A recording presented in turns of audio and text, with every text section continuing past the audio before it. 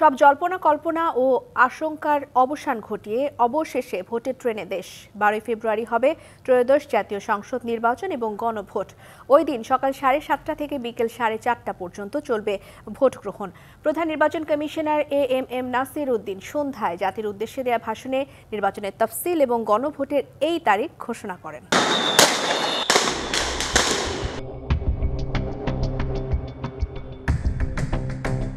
ছাত্র জনতার অভ্যুত্থানে 5ই আগস্ট শেখ হাসিনা সরকারের পতনের পর এক সংকটময় পরিস্থিতিতে ক্ষমতায় আসে অন্তর্বর্তী সরকার। 8ই আগস্ট ক্ষমতা গ্রহণের পর থেকেই আলোচনা শুরু হয় কবে একটি সুষ্ঠু ও গ্রহণযোগ্য নির্বাচনের মাধ্যমে গণতান্ত্রিক সরকার ব্যবস্থায় ফিরবে বাংলাদেশ। গেল 15 মাসে ত্রয়োদশ জাতীয় সংসদ নির্বাচন হওয়া না হওয়া নিয়ে সৃষ্টি হয় নানা জল্পনা কল্পনা। এবার প্রধান নির্বাচন কমিশনারের তফসিল ঘোষণার মধ্য দিয়ে কেটে গেল সব সংশয়।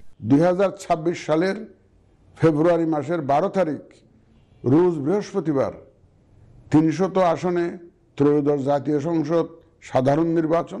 জাতির উদ্দেশ্যে দেয়া ভাষণে সিসি জানান 12ই ফেব্রুয়ারি একই দিনে অনুষ্ঠিত হবে জাতীয় নির্বাচন ও গণভোট। জুলাই জাতীয় সনদ সংবিধান সংস্কার বাস্তবায়ন আদেশ 2025-এর উপর গণভোট অনুষ্ঠিত হবে। সিসি জানান প্রার্থীদের মনোনয়নপত্র দাখিলের শেষ দিন 29 ডিসেম্বর, যা যাচাই বাছাইয়ের শেষ দিন 4 জানুয়ারি এবং প্রার্থিতা প্রত্যাহারের শেষ দিন নির্ধারণ করা হয়েছে 20 জানুয়ারি। প্রার্থিতা প্রত্যাহারের শেষ তারিখ 20 জানুয়ারি 2026 রোজ মঙ্গলবার।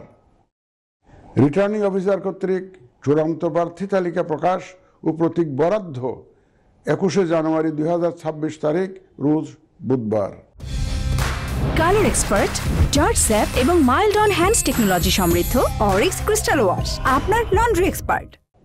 নির্বাচনী প্রচারণা চলবে 22 জানুয়ারি 2026 রোজ বৃহস্পতিবার হতে ভোট গ্রহণ শুরুর 48 ঘন্টা আগ পর্যন্ত। এবার পোস্টাল ব্যালটে ভোটাধিকার প্রয়োগের সুযোগ রাখা হয়েছে বলেও জানান সিএসি। প্রায় অকার্যকর পোস্টাল ভোট ব্যবস্থাকে পরিমার্জন করে এই নির্বাচনে একটি কার্যকরী রূপ দেয়া হচ্ছে। প্রবাসী বাংলাদেশি ভোটারদের প্রথমবারের মতো ভোটের আওতায় আনা হচ্ছে। তিনি জাতিকে আশ্বস্ত করেন অবাধ, সুষ্ঠু ও শান্তিপূর্ণ নির্বাচন আয়োজনের সব প্রস্তুতি সম্পন্ন করেছে নির্বাচন কমিশন।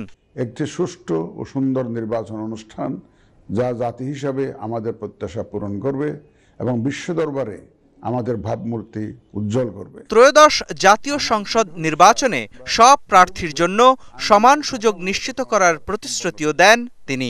গণপ্রতিনিধিত্ব আদেশ এবং রাজনৈতিক দল ও প্রার্থীদের আচরণবিধিতে যথাযথ পরিবর্তন, সংশোধন ও পরিমার্জন করা হয়েছে। সিসির তফসিল ঘোষণার মধ্য দিয়েই শুরু হলো জাতীয় সংসদে জনপ্রতিনিধিদের ফেরার দৌড়। সূচনা হলো আবারও গণতান্ত্রিক চর্চায় ফেরার প্রক্রিয়াও। এসব সংস্কার করা হয়েছে। মুস্তফা মাহবুব, ডিবিসি নিউজ, ঢাকা।